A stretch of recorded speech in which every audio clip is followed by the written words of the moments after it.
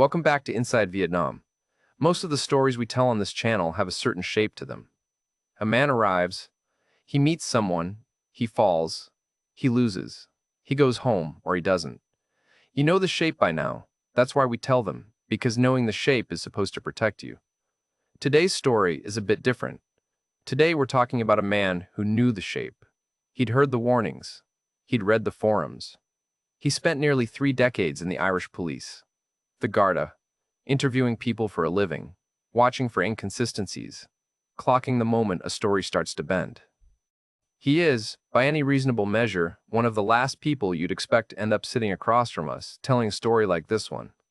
This one's gonna make you think. Here's his story, in his own words. Right. Where do I start? 28 years on the force. That's the thing you need to understand first, because it explains most of what comes after, including, I suppose, the bits where I should have known better and didn't. I joined the Garda straight out of school. 19 years old, Limerick City, thought I had a fair idea of how the world worked. And then you spend a few months on shift in South Hill, and you very quickly discover that no, you had absolutely no idea, not even close. South Hill will educate you fast on what people are capable of, what they'll do to each other, what they'll do for money, what they'll say with a completely straight face when they're sitting across a table from you, and they know you know, and they're going to deny it anyway. You develop a sense for it. That's not me being boastful, it's just the truth of the job. After enough years, something in your brain starts pattern matching without you asking it to. The way a person's eyes move when a detail doesn't quite fit. The slight hesitation before they answer a question that should be easy. The story that's internally consistent but has this one seam in it. This one small place where if you pressed it with your thumb it would give. You learn to trust that feeling even when you can't articulate it. Especially when you can't articulate it. I thought that skill was mine. I thought I owned it. That's the part one find embarrassing now. Not what happened in Vietnam, specifically. The arrogance of thinking the skill was portable. But we'll get to that. My wife, my ex-wife, is named Sinead. We met when I was 27, married when I was 28, and I won't say anything against her because I don't think she deserves that, and also because the marriage ending was not, when I look at it honestly, entirely her fault. 26 years is a long time. The job takes things from you. Time, mostly. But also a kind of, I don't know, presence. You come home and you're still partly somewhere else. And I think for a long time she managed that. And then, at some point, she stopped managing it. And I didn't notice she'd stopped. And that went on for longer than it should have. She filed in the spring of 2022. About a year and a half after I put in my papers. I genuinely didn't see it coming. I've thought about that a lot since. 28 years reading people, 26 years married to one, and I missed it. She wasn't hiding it particularly well, either. In hindsight, she'd stopped pretending to be interested in most of what I said, stopped asking about my day, started having long phone calls in the other room that she didn't explain. These are not subtle signals. A first-year detective would have clocked them. I didn't, because I wasn't looking, because you never apply the professional machinery to the people you love. Or I didn't anyway.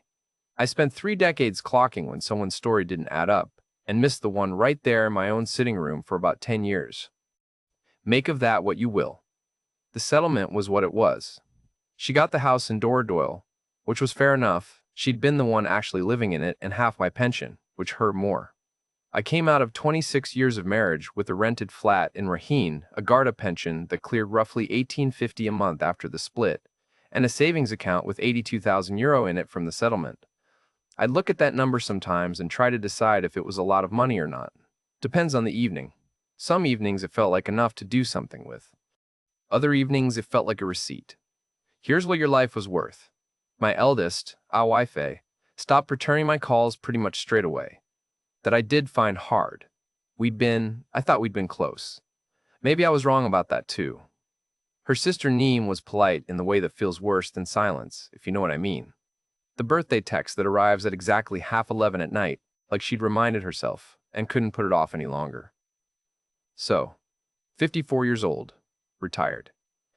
On my own in a 2-bedroom flat I didn't need in a part of Limerick, one chosen because it was close to the station. The station I no longer worked in. Good planning, Declan. I watched too much YouTube that winter. I think that's the honest explanation for most of what followed. It was a Sunday, January, I think, bleak enough, and I went down a rabbit hole of retirement. Abroad content. You know the type. Bloke about my age, bit of a tan, beer in hand, sea behind him, telling you that he's living in Thailand or Portugal or Vietnam on €1,100 a month, and the quality of life is better than anything he ever had in Birmingham or wherever he's from. I watched 6 of them in a row. I'm a detective, was a detective. I should have noticed they were all selling something. Every single one of them had a link in the description to a relocation service or a visa consultation, or a visa consultation or a property investment webinar, but the numbers stopped me. That was the thing. Decent apartment in Da Nang for $350 a month. Full meal for €2. Private healthcare at a fraction of what it costs if you're paying out of pocket in Ireland. I started looking at Vietnam specifically because one of the videos had this aerial shot of Ho Chi Minh City at night, all this mad chaos of lights and traffic, 23 stories up, Saigon River in the background, and something about it hit me in a way I couldn't fully explain. I didn't want to go somewhere familiar. I didn't want the Algarve or a place full of other Irish people eating full breakfasts and complaining about the local bureaucracy. I wanted somewhere that had no associations. Somewhere nobody knew me as Sinead's husband, or Awifei's father, or the lad who worked South Hill for 8 years. I booked a flight to Ho Chi Minh City on a Tuesday night in November 2022. One way, because I told myself it was just a 3-month look around, but I think even then I knew I wasn't booking the return. I told my mates it was about the cost of living, which was true. I told my daughters I'd be in touch, which was also true, more or less. I didn't tell anyone, including myself really, that I simply could not face another winter, sitting in that flat in Raheen listening to the radiator tick. The morning I left, I put the key through the letterbox and got into the taxi and didn't look back at the building. Felt a bit dramatic, but there you are. The radiator was presumably still ticking. It didn't need me for that. The flight was 13 hours, with a connection in Dubai. I slept maybe 2 of them. Somewhere over the Gulf, I ordered a small whiskey I didn't need, and sat there with it untouched, watching the map on the little screen move very slowly over a part of the world I'd never had reason to think about before. And I remember thinking, not with drama, just as a fact, that nobody on that plane knew who I was. Not one person. And that was either terrifying or the best thing imaginable, and I genuinely wasn't sure which. Tien Son Nhunt Airport at 6 in the morning is a specific kind of overwhelming. Hot before you're even outside.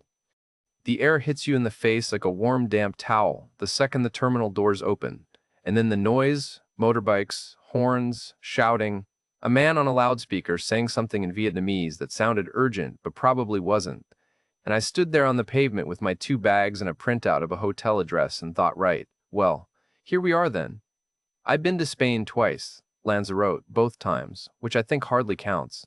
A stag weekend in Krakow in 2009, where I remembered very little after the second night. That was the full extent of my international experience. Nothing had prepared me for HCMC, and I wasn't sure anything could have. I got a taxi to a guest house in Bien Thanh I'd booked for 2 weeks while I found my feet. The driver didn't speak much English, and I spoke no Vietnamese whatsoever. And we spent 40 minutes in traffic that I can only describe as organized chaos. 15 lanes of motorbikes somehow flowing around each other in a way that looked certain to end in catastrophe and never quite did. I watched it with the specific attention of a man who has attended a lot of road traffic incidents. I kept waiting for the moment it went wrong. It didn't go wrong, it just kept moving. The guest house was fine. Clean, small, fan that worked. The woman at the desk handed me a key and said something and smiled, and I said thank you. And she said something else and smiled again. And I went to my room and sat on the edge of the bed and thought, right, so I live here now, apparently. Finding a proper apartment took about 10 days and a lot of confused conversations with rental agents who had varying levels of English and a universal willingness to show me places that were nothing like the photographs.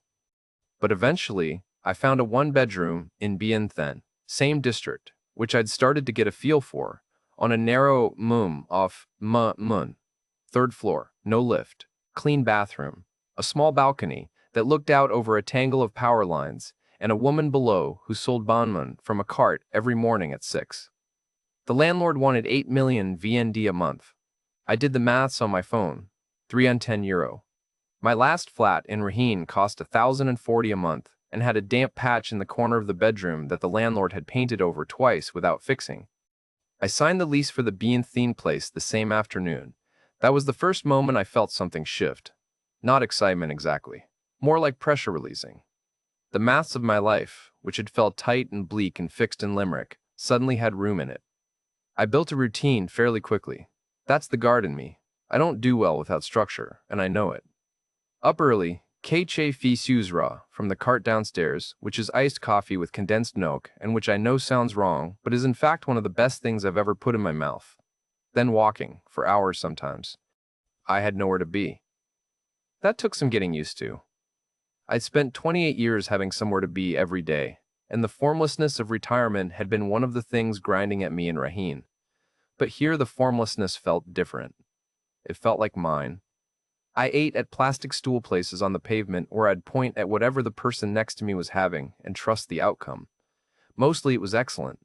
Occasionally it was a mystery. I got Siddim team for the first time at a place on versus C. The C. Broken rice with grilled pork and a fried egg, and ate it at 7 in the morning standing up and thought I could probably live here indefinitely on this alone. The anonymity was the real thing, though. I keep coming back to that.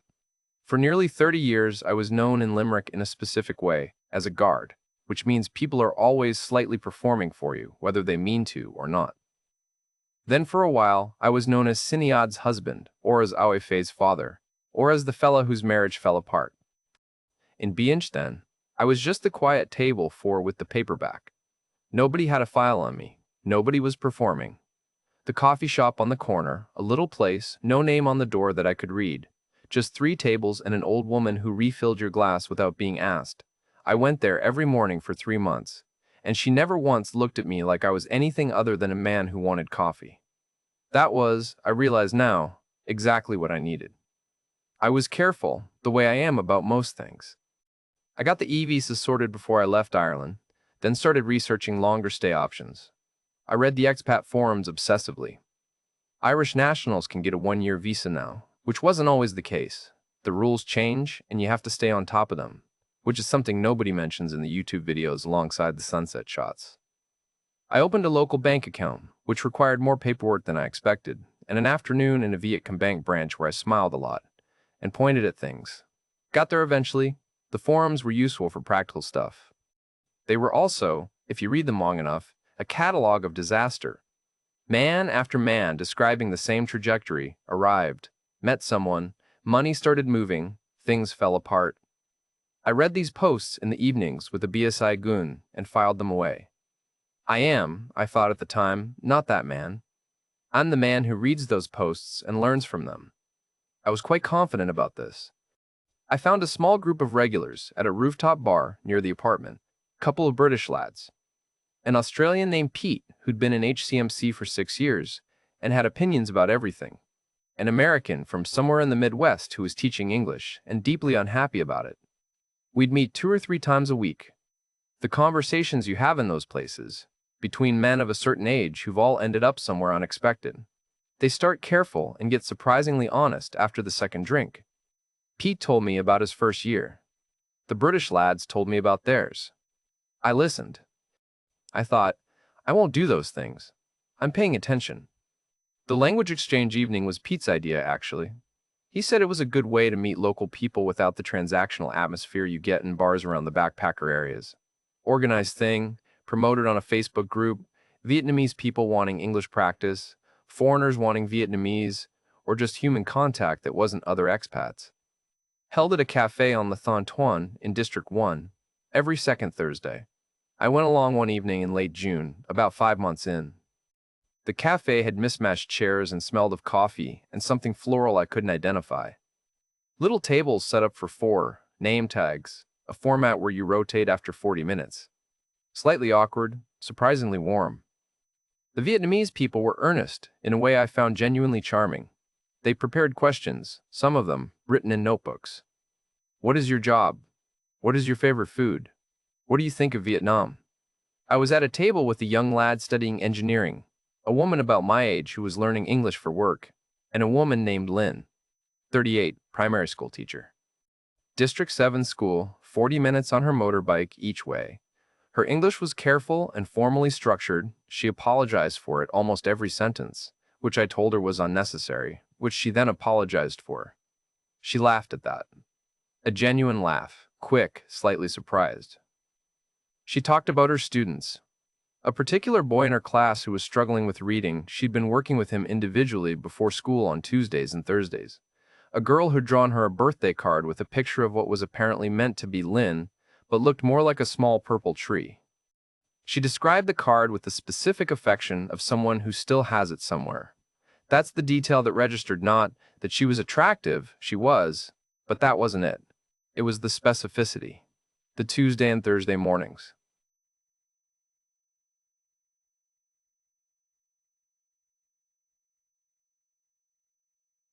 In 28 years of interviewing people, I'd learned that you can perform a lot of things convincingly, but the specific detail is hard to fake. You have to actually know the thing to describe it that way. We exchanged numbers at the end of the evening. She said it was nice to practice her English. I said it was nice to talk to someone who wasn't complaining about visa paperwork. She smiled and got on her motorbike and disappeared into the traffic on Lathan Ton. I walked back along the river. It was warm still, 9 o'clock at night, the Saigon River dark and busy with lights. I wasn't thinking about the future. I was thinking about tomorrow, about the Sakam Tom place, and the old woman with the coffee, and maybe texting Lynn to see if she wanted to meet for a meal. Just tomorrow. That was all. It had been a long time since tomorrow felt like enough. We met for Fako the following Wednesday. Her suggestion, a place she liked on Hoang Di Chu in District 4, about 20 minutes on the grab from my apartment. Not tourist-facing, plastic stools, ceiling fans, a woman behind the counter who clearly ran the place and clearly didn't need anyone's approval about it. Lynn was already there when I arrived, reading something on her phone, and she stood up when she saw me and shook my hand, which I found, I don't know, unexpectedly normal. Not performative, just a person meeting another person for lunch. The first few weeks were like that. Unhurried. Neither of us was pushing anything in any particular direction, and I was aware enough, by that point, to notice it. She had her own schedule, her own life. She taught Monday through Saturday mornings, had marking in the afternoons, met friends on weekends. She didn't rearrange her life around me. We met twice a week, sometimes 3 times if it worked out, and that was that. I paid for meals. I want to be clear about something here, because I think some men tell this story and make it sound like they were tricked into paying for things, and that's not honest. I paid for meals because I'm 54 years old, and from Limerick, and that's what you do when you take a woman out. It cost me maybe 150, 200 euro a month above what I'd have spent on my own. A dinner at a proper place here and there, a few lunches, a grab or two. I didn't track it. That would have felt like I was auditing the experience rather than having it. And look, I was on a first date. Well, a series of first dates. I was, at 54, on the first proper dates I'd had since the late 80s. And the last thing I was going to do was sit there with a spreadsheet. Some things you have to let yourself just do. But I was watching. I was always watching, even when I didn't want to be. It's not something you can turn off after 28 years. And what I was watching for were the things the forum had described. The declarations of love that came too fast, the crisis that arrived too conveniently. The first money request slipped in while your guard was down. None of it appeared. She didn't tell me she loved me. She didn't tell me much about her family at all. For the first couple of months, I knew her parents were in Bianajing province, about an hour from the city, and that her mother had been unwell at some point, and that was it. She was private about them in a way I read, at the time, as self-sufficiency. She was curious about Ireland in a way that felt genuine, not strategic, not an angle. She'd watched some GAA on YouTube apparently. She wasn't sure what she was watching, but she found the noise of it entertaining, and she asked me to explain hurling, which I attempted, and she looked at me for a long moment and said it sounded like something Irish people invented specifically to injure themselves. She wasn't wrong. She asked what Garda I actually do, day to day, and I told her about the more mundane parts, the paperwork, the domestics, the endless paperwork. And she said it sounded exhausting, and I said it was, mostly. And she said her job also involved a lot of paperwork. And we agreed that most jobs that involve other people involve a lot of paperwork, and had another coffee. I started reading about Vietnamese family culture around this time. Not because of anything she'd said, just because I was living here and I was curious, and I've always been the sort of person who wants to understand how a place actually works, rather than just floating through it as a tourist. The filial piety thing interested me. The obligation children carry for their parents, not as a legal duty, but as a deeply ingrained moral one, particularly for the eldest child. Lynn was the eldest of three. I thought about that in terms I understood. You don't leave your people behind. That's not manipulation. That's how some families work. The guards have something similar. This sense that you're responsible for the people on your shift, the people in your district. I found it admirable, if I'm honest. I still do, partially. The admiration was not wrong. What I didn't fully understand was what it would eventually mean for me financially. But I'm getting ahead of myself. Around month 3, she invited me to dinner with some of her colleagues, 5 of them, a Kwan in Hawa in District 3, all teachers from her school. I knew I was being assessed. That's fine. I've been assessed in rooms far more hostile than a Vietnamese teacher's dinner. I ate what was put in front of me, drank one bia Saigon because I was aware it was a test of some kind, listened more than I talked, asked questions when I had them. I paid for the table at the end of the evening without making a performance of it. I watched the social dynamics, the deference to the oldest colleague, the way the conversation organized itself around a particular person without anyone acknowledging it was happening. It reminded me, oddly, of a well-run shift briefing. Everyone knew their place and nobody needed to say so. I apparently passed. After that evening, she was slightly different toward me. More relaxed, less formally correct. She started sending me Zalo messages during the day. Small things.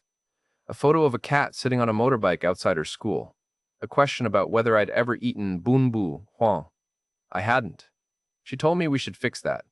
Month 5, she mentioned her parents again. Her mother's health had been variable, not a crisis, just a recurring thing. Some issue with blood pressure that required periodic checkups at a clinic in Bidanyong.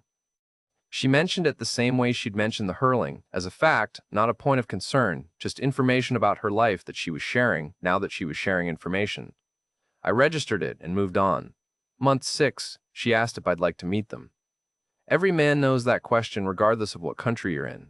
I said yes with the same mild internal apprehension I'd have had agreeing to anything I couldn't fully prepare for. We took a grab to the bus station on the Saturday morning and got the coach up to Bianjing, an hour through the outer industrial sprawl of the city and then into the province.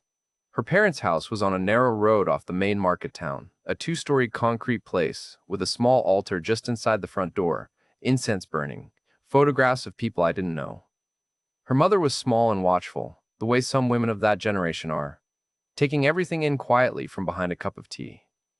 Her father was a retired factory worker, broad-shouldered, a man who shook my hand with the seriousness of someone to whom handshakes mean something.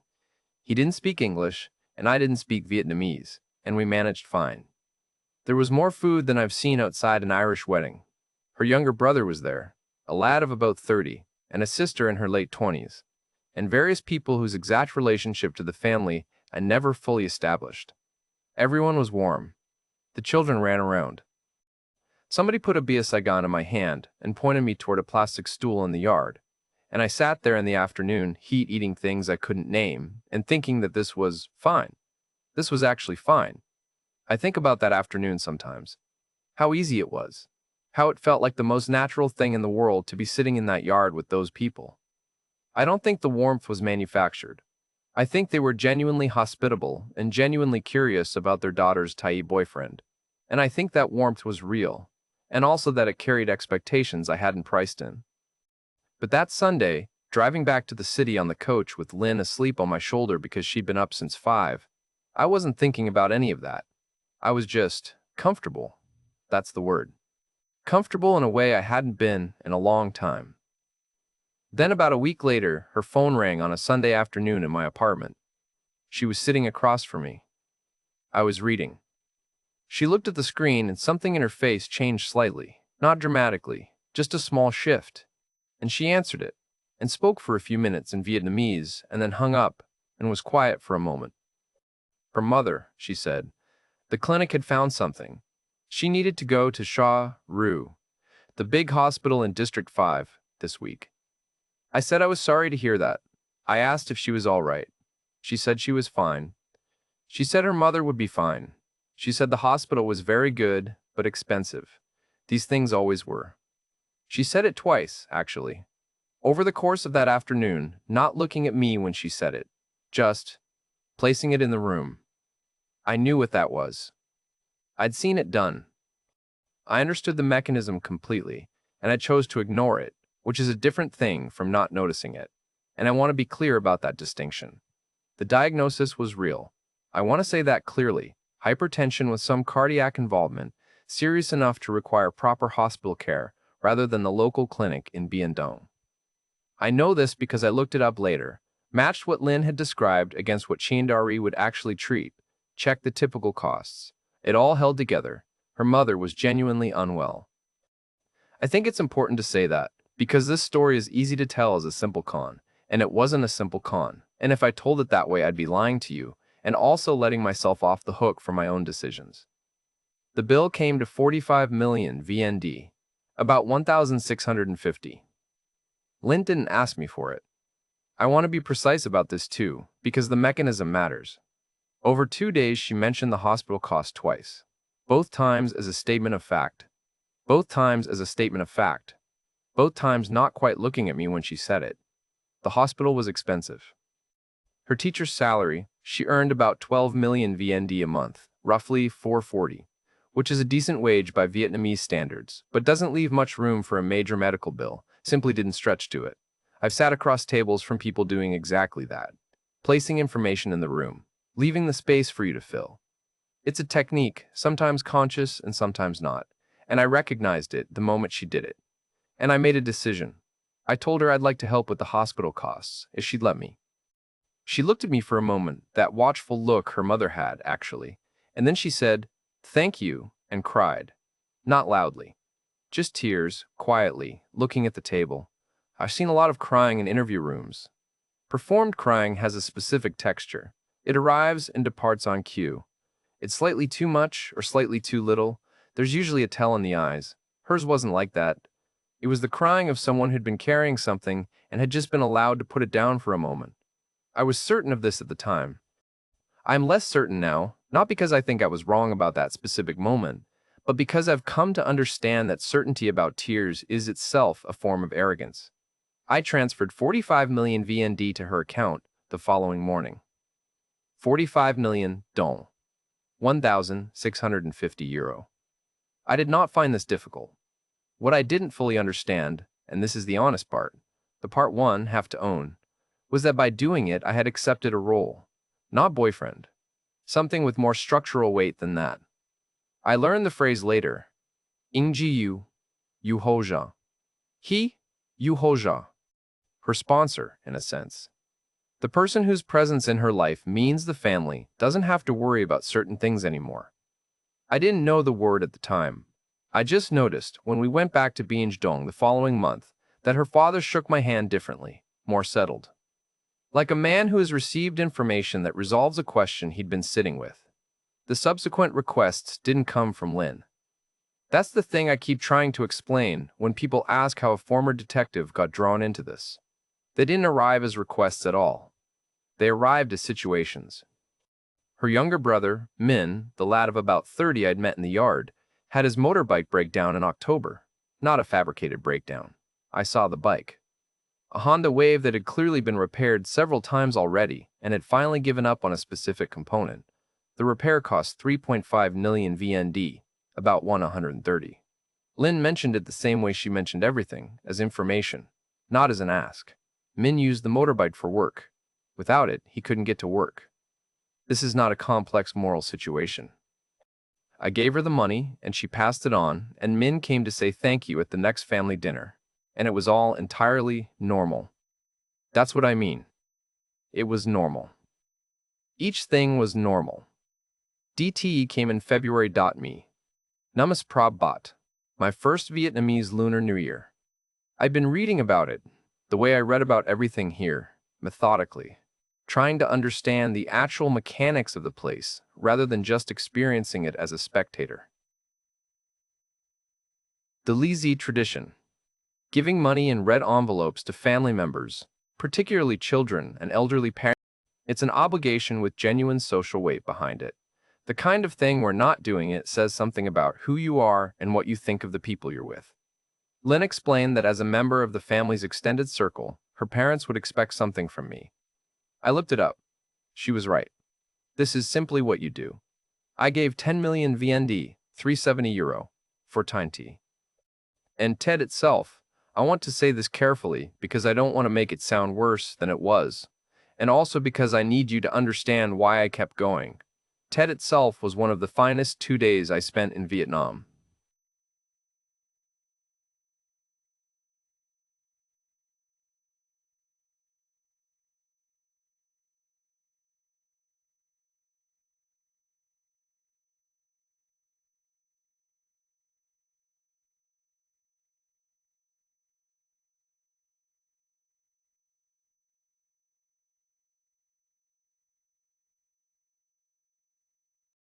Fireworks on the television, then actual fireworks somewhere nearby, the sound bouncing off the concrete walls of the street outside. They put me at the main table. Lynn's father poured me a glass of something I still can't identify, and we drank it together without being able to say a word to each other. And that was entirely fine, actually. Her mother served me first. That meant something. I gathered from the way nobody remarked on it. The deliberate unremarkability of it was itself the signal.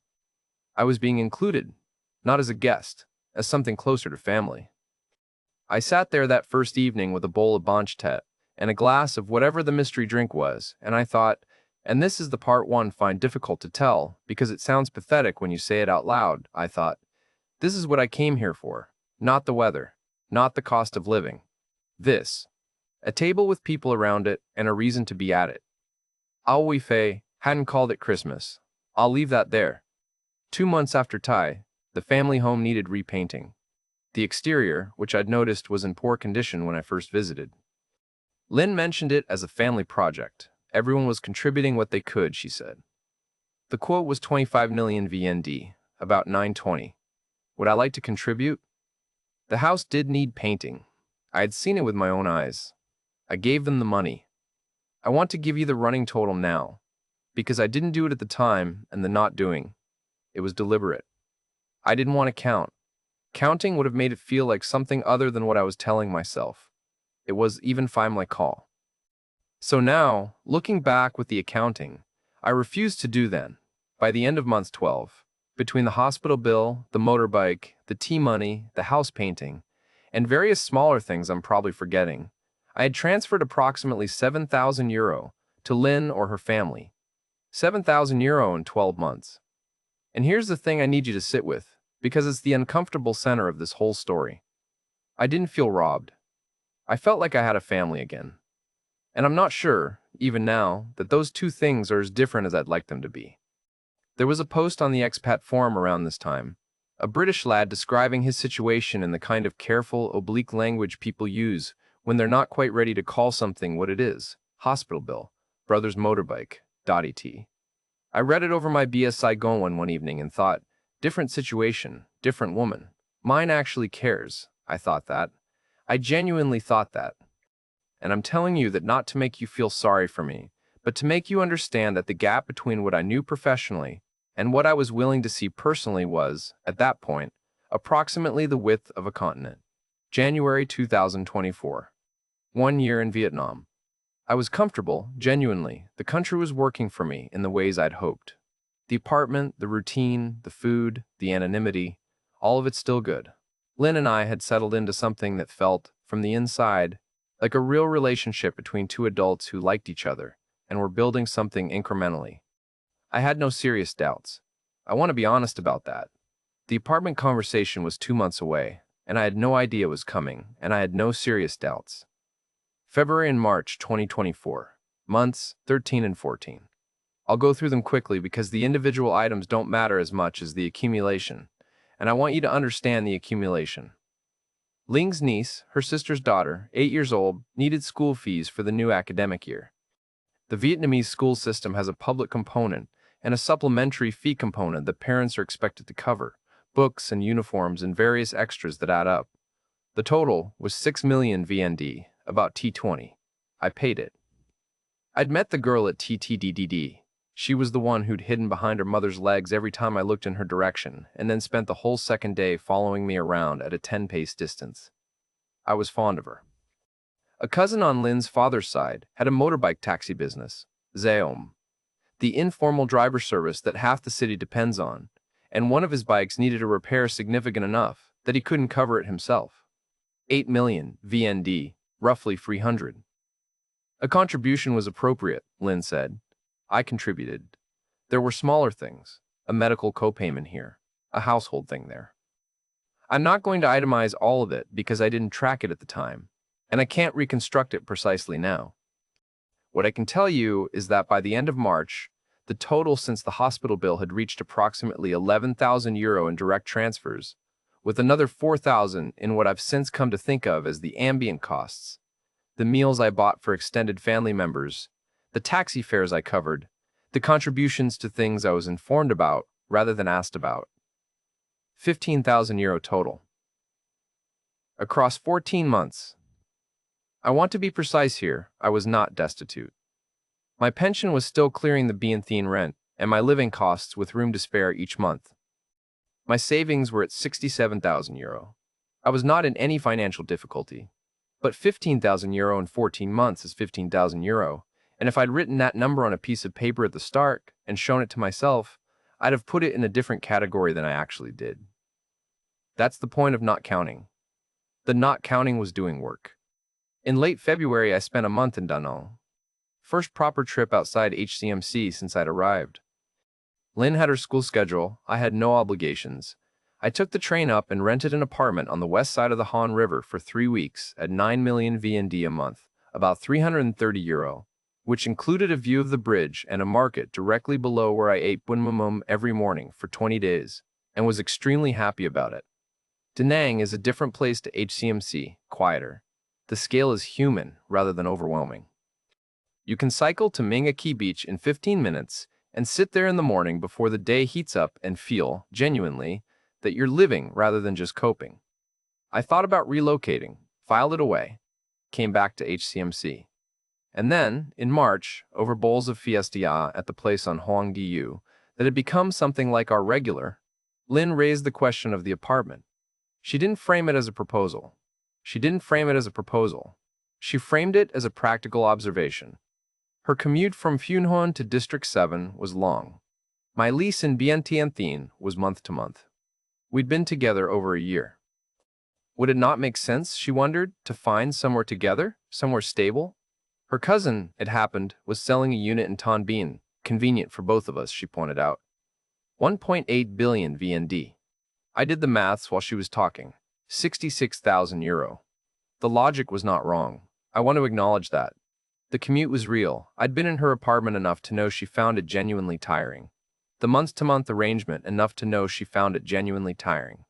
Was fine, but impermanent. Living together was, in the natural progression of things, a reasonable next step. And foreigners cannot own land in Vietnam. This is simply the law. What you can do is buy certain types of apartment on a 50-year leasehold, with restrictions. Or you can put property in your Vietnamese partner's name and trust the relationship. This arrangement is common, I'd read about it on the forums, and it is not, in itself, evidence of bad faith. It's the practical reality of the ownership laws. The question is not whether her name would be on the title. The question is what happens to €66,000 of your money if the relationship ends. I said I needed to think about it. And something happened when I said that. A small thing, not dramatic. She nodded and looked at her fund and said, of course, there was no rush. And then she said something about the cousin needing to know fairly soon, because there was another interested buyer. And then she said nothing more about it. I know that move too. I've used it myself, in rooms, to create a sense of time pressure in someone who's hesitating. Urgency is a tool. It's not always cynical. She may have been telling the truth about the other buyer, but I noticed it in the way I used to notice things before I decided to stop noticing. That old feeling, not alarm. Just, Something underneath the surface of the answer that wasn't quite right. The seam you compressed with your thumb.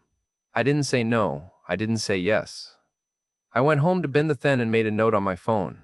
Not an accusation. Just a date and a summary of the conversation, and the name of the cousin and the Tenbin address. Old habits. The next day, I started being more deliberate about what I was paying attention to. I looked up the Tianbian apartment independently, found the listing. The cousin existed. I confirmed this from a family photo on Facebook. The price was market rate, within normal variance for that district. The apartment was real. All the verifiable facts checked out. And yet I kept the note open and started adding to it. I also, for the first time, moved from reading the expat forums to posting on them. I described my situation in the careful, oblique language of a man who isn't quite ready to use the words that would make it real. Long-term relationship. Significant financial contributions over 14 months. Apartment purchase proposed with her name on the title. Has anyone navigated this successfully? What protections exist? The responses came in over 3 days. 17 of them. Detailed, varied. From men who'd been in Vietnam anywhere from 2 to 9 years. They didn't accuse Lynn of anything. How could they? They didn't know her. But the structure of what they described, their own situations, their own progressions, mapped onto mine with a precision I found difficult to dismiss. The genuine early months. The family health event. The cultural obligations that were real obligations, and also convenient. The apartment, always the apartment. Always with a cousin or a relative selling at a reasonable price. Always with her name on the title, because what choice is there, really? One response was longer than the others. A British lad said he was based in Da Nang now. He'd been through something nearly identical 2 years prior, he wrote, and he laid it out, not as a warning to me specifically, but as his own story. And his own story was my story, not the details, the shape, the hospital bill at month 7. The small requests that normalized the large ones. The apartment that he'd declined and which had ended the relationship, or rather, which had revealed that the relationship had a specific load-bearing wall, and once he'd refused to be that wall, the structure had quietly collapsed. He signed off with his username, Gary, or that was what I came to call him, and said if I wanted to talk more directly, I could message him. I didn't message him that night.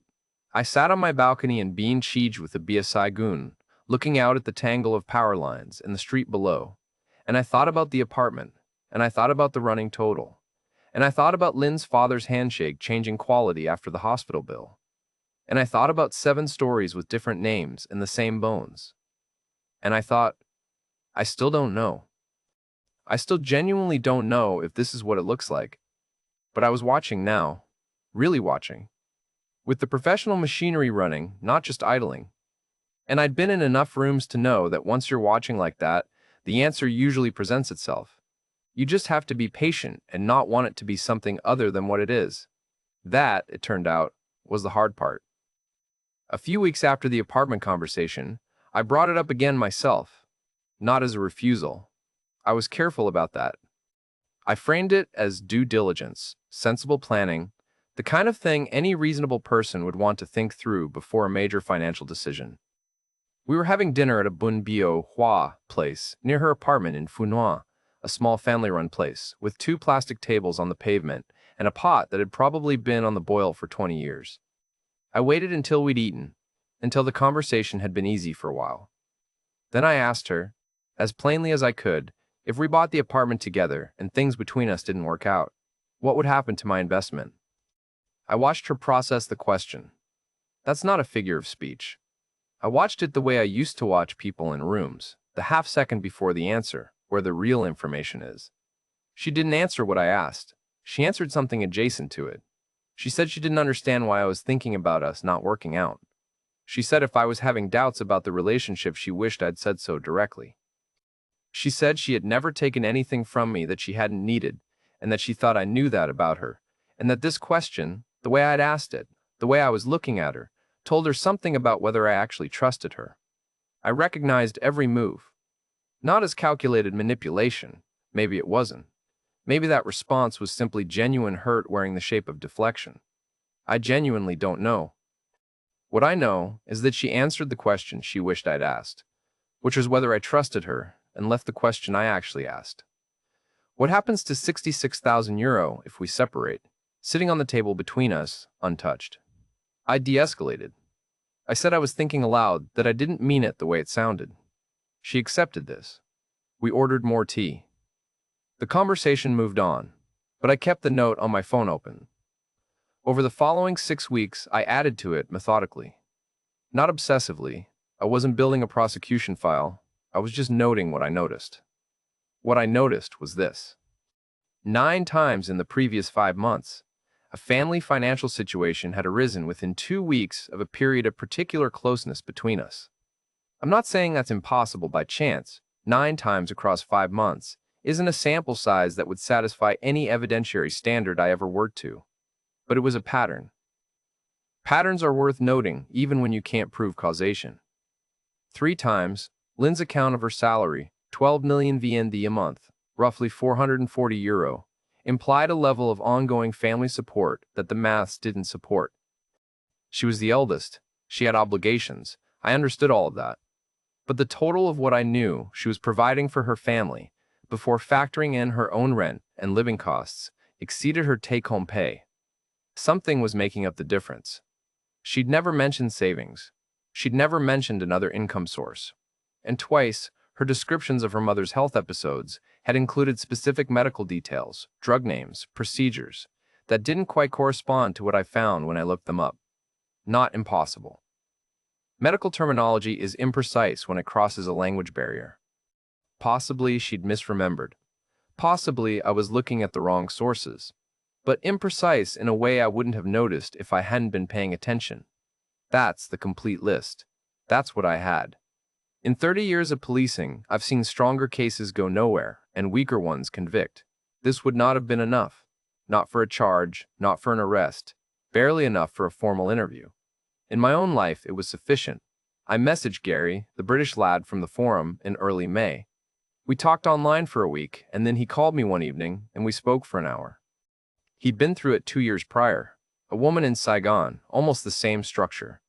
Hospital bill at month 6, Thai money. Small family requests that normalized the large ones. An apartment that he'd refused, and which had ended things abruptly. He'd lost about 20,000 euro total. He was philosophical about it now. He didn't tell me what to do. He just talked. I asked him at one point whether he thought his woman had cared about him. He paused for a while. Then he said he thought she probably had, in her own way, and that the caring and the system weren't mutually exclusive, and that the hardest thing about the whole experience was that he couldn't resolve it into something simpler than that. I told him I knew what he meant. People asked me why I didn't just leave at that point. Walk away, end it cleanly, move on. 3 honest answers. First, I still wasn't certain. The evidence was all circumstantial. Everything was explainable by chance, by cultural difference, by simple human complexity.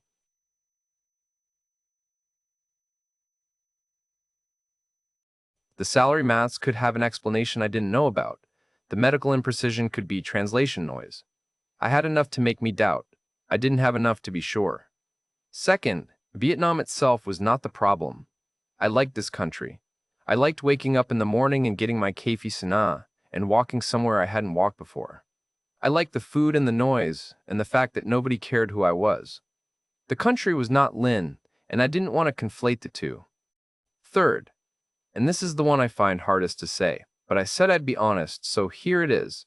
Going back to Raheem was still, in some part of me, worse than staying in something compromised. That's not a dignified thing to admit, but it's true.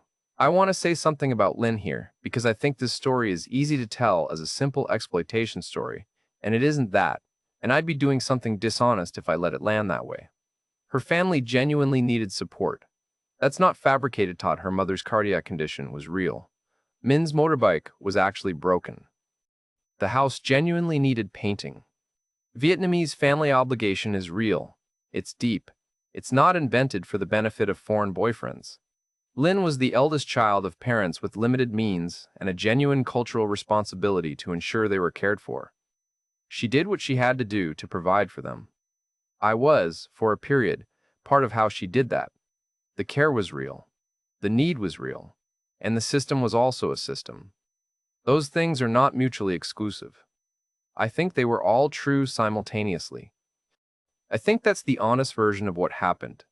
And it's harder to hold than a simple story where someone is clearly the villain. I stopped being available in June, not dramatically. I just became gradually less present. I was slower to respond on Zalo. I had other plans when she suggested meeting. The rhythm of contact slowed, and she noticed, I could tell she noticed, from the slight shift in her messages, a formality creeping back in that hadn't been there since the early months. Then in late June, she called me on a Tuesday evening and asked directly whether I was ending things.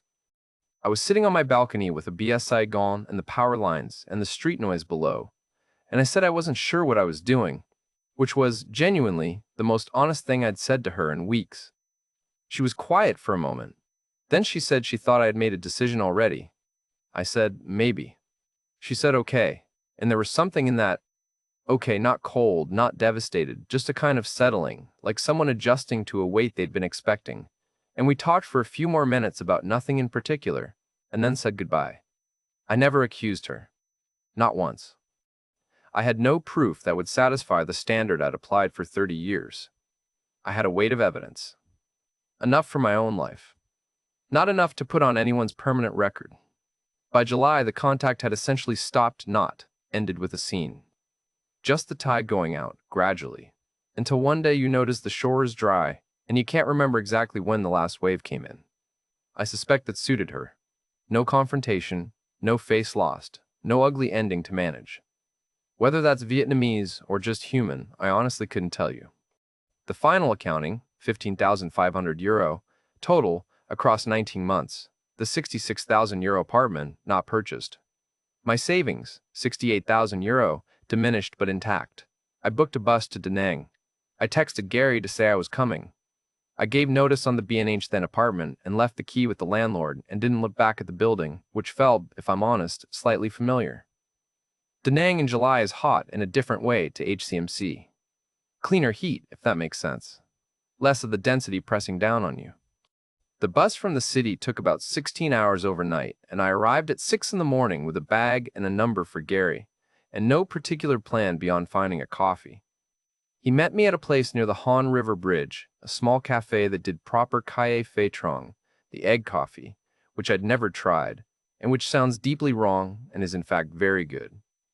He was about 60, stocky, from somewhere in the north of England, had been in Da Nang for 2 years. We shook hands and sat down and didn't say much for a while, which suited both of us. Men who've been through something similar don't require a lot of preamble. I found an apartment on the west bank of the river within a week. 1 bedroom, 9th floor, view of the Rung Bridge, the Dragon Bridge that breathes fire on weekends, which remains one of the more surreal things I've seen in my life. The landlord wanted 9 million VND a month, €350. I signed for 6 months. I bought a bicycle. Second-hand, from a lad outside the market on Hung Viong, paid 800,000 VND for it, about €30, and it had presumably been ridden by someone half my size because the seat required significant adjustment. But it worked. The sea at Mai Beach is 10 minutes from my front door. I go most mornings before the heat gets serious, cycle along the esplanade, sit for a while, cycle back. It's become the thing I do. I don't analyze it.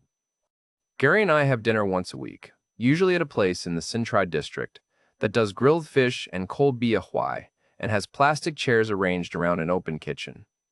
We have an agreement. His situation gets 2 mentions per dinner. My situation gets 2 mentions per dinner, and after that we talk about other things. Football, mostly, about which we disagree profoundly and enjoy disagreeing. It works well. Now. The video is called something about retirees fleeing Vietnam. I should address that directly, because I'm still here, which might seem inconsistent. Vietnam's cost of living has gone up. Significantly. The figures being circulated on YouTube, €500 a month, €600 a month, live like a king on a Western pension.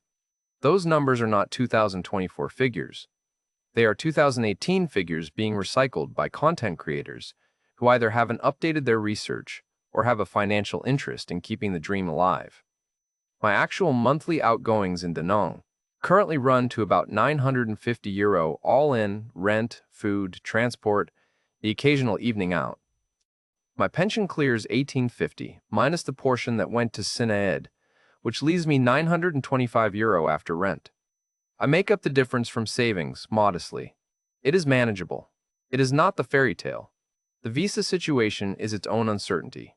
I'm on a 1-year e-visa, renewable, which Irish nationals can currently obtain. This was not always the case, and may not always remain the case. Vietnam's visa policy changes, and the changes don't always come with much warning. I know a man who had to leave on 3 weeks' notice because of a policy shift that affected his status. He'd been here 4 years. I have a contingency plan, Thailand as a fallback. The numbers work there too, and I resent needing one, but I have it. Healthcare. I finally went to a private hospital in Da Nang for a proper checkup in September 2024, first one since I left Ireland.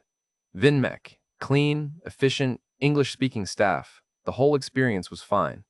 The checkup cost about 3 million VND, roughly €110. Manageable. But I also have international health insurance now, which costs me €280 a month, and this is not in a single YouTube video I watched, in that flat in Raheen.not one. You need to know that figure before you come. I went back to Ireland once, January 2025. An uncle, my mother's brother, died in Ennis. Decent man. 83. No great shot, but still. 5 days. Cold in a way I'd forgotten. The specific damp cold of the west of Ireland in January that gets into you sideways. People kept asking me about Vietnam and the way people ask about things they find vaguely exotic and haven't thought much about. How is it over there? Must be warm. You're very brave. I wasn't brave. I was just a man who couldn't face another winter in Raheen. I was on a flight back to Da Nang before I'd properly unpacked.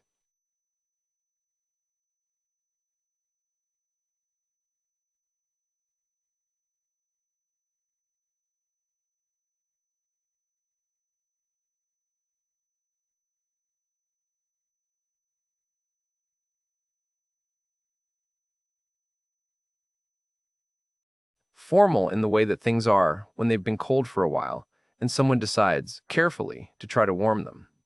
She asked how I was. I said I was all right. She said she was glad. There was a pause, and then we talked for a few more minutes about nothing important, and then said goodbye. I sat there afterwards looking at the bridge for a while. I'm working on it. That's all I can say. I'm working on it. Let me tell you the thing I actually learned, because if you've watched this far, you deserve something useful rather than just a story. I spent 28 years reading people, and I was good at it. The tells, the hesitations, the story that doesn't quite hold at the seams, I can see all of that. And I sat across from Lynn for 19 months, and the machinery ran, and I noted things, and I tracked patterns, and in the end I reached a conclusion that was probably correct. And it cost me €15,500. Here's why. In an interview room, I'm operating without emotional load. The person across from me is a subject. I have no stake in what they tell me being true. My entire professional apparatus is pointed at detecting deception, because I want to detect it and have no reason not to. When I was with Lynn, I wanted her story to be true. Not recklessly, not naively, but with the specific hunger of a 54-year-old man who'd lost his marriage and his daughter's trust, and most of his sense of where he belonged in the world, and who had found, in a fee place in District 4, someone who asked him about hurling and laughed at the right moment, and made him feel like a person rather than a verdict. Those are completely different operating conditions. The skill is real. The conditions neutralize the skill. I interviewed thousands of people over the years. The hardest ones to catch weren't the ones who were lying. They were the ones who were telling you mostly the truth and letting you fill in the rest yourself. Vietnam is full of people telling you mostly the truth. You're the one building the fairy tale. So, come here if you want. It's a fine place. The food is excellent. The people are generally decent. The mornings on the beach at my KR, genuinely some of the best hours I've had in years. Do the real maths on the cost of living, not the YouTube maths. Don't put your money in anything you can't carry out the door. And don't let loneliness make your decisions for you. That last one is the important one. The loneliness is the thing that adjusts your settings without telling you. He takes a long drink of his Saigon Red and looks at the camera for a moment without saying anything. Come here if you want, but leave the fairy tale at home. That's Declan Farrell, 54 years old, retired Garda, still living in Da Nang as of early 2026. He didn't lose everything. He didn't get the fairy tale. What he got was something harder to describe, and probably more durable. A clear-eyed accounting of who he is and what he needs and what he's willing to pay for. Here at Inside Vietnam, we've told a lot of these stories. The total losses, the spectacular disasters, the men who came and got comprehensively taken apart. Declan's story is different, and we think that difference matters. He lost 15,000 euro and a year and a half of his life believing in something that was partly real and partly a system, and probably both simultaneously. He kept his savings because he paused, once, at the one moment that mattered. On the Vietnamese family obligation question, we want to say this carefully, because we've heard from viewers who think these stories are anti-Vietnamese, and that's not what we're doing here. Filial piety is real. The expectation that children support their parents is genuinely, deeply held across Vietnamese culture. It is not invented to exploit foreign men. Lin's family had real needs. The financial expectations Declan encountered were not fabricated. What happened was that those real needs, that genuine cultural obligation, and his genuine loneliness, created a dynamic that was sustainable for the family and unsustainable for him. And neither side was fully honest about what was happening, including Declan with himself. That's not a simple villain story. It's a complicated human one. Those are the ones worth telling. If you're watching this from a flat somewhere and you're thinking about Vietnam, good. Think about it seriously. Get the real cost of living figures, which we've linked below, along with our visa explainer and the family obligation deep dive from earlier this year. Know what her name on the title means legally before you transfer anything. Understand the difference between cultural generosity and financial exposure. And leave enough of yourself at the door that you can still think straight when it matters. Thanks for watching. Inside Vietnam. Thanks for watching. Inside Vietnam. If you've been through something similar or you're in the middle of it right now, the comments are below. We read everything.